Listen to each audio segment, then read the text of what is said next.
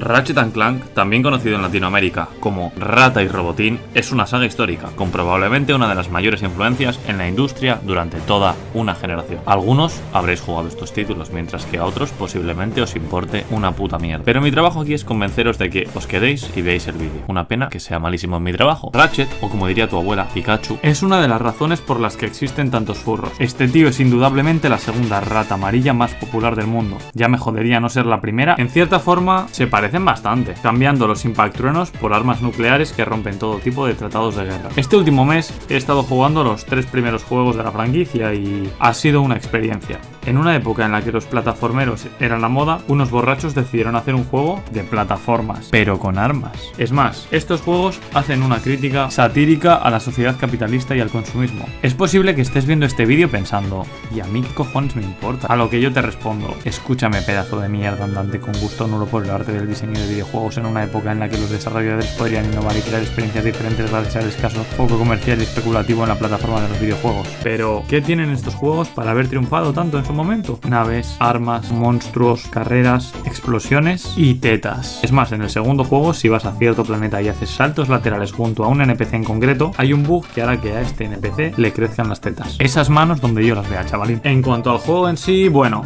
el primer juego es una cosa. El sistema de apuntado es más inútil que la bocina de un avión. Por suerte, el segundo título mejora drásticamente este apartado. Además, en este juego te presentan a Sid Witchet, el hombre con menos carisma del mundo. Tonto, inútil y feo. Palabras que curiosamente os describen también a vosotros. La trama de este segundo juego es igual de absurda. Os podría resumir el juego entero diciendo que la trama es la misma que la del vídeo del Furby del infierno del Rubius. Cabe destacar que son juegos sobre una rata con una llave inglesa gigante, quiero decir. Obviamente la seriedad no es lo suyo. ¿Sabéis cómo se llama la banda de terroristas del segundo juego? Gorilas a pilas. Es el mejor nombre que he escuchado en mi vida. Y es que la cosa mejora cuando pasamos al tercer juego. ¿Dónde caemos, gente? En este juego se forma una especie de Avengers del Hacendado con personajes que hemos conocido durante los anteriores juegos. Ratchet, Clank, el hippie, la gorda, Quark, un mono y Al. Además, este juego incluye los videocómics jugables del Capitán Quark, la mejor edición a la saga entera. Es prácticamente como jugar a los Mega Man, pero cambiando al bombardero azul por un inepto malformado con menos cerebro que una mosca. Y hablando de cerebros, en este juego aparece el villano más competente de la trilogía, el Dr. Nefarious, también conocido como el robot con hidrocefalia. Por esto y mucho más, esta franquicia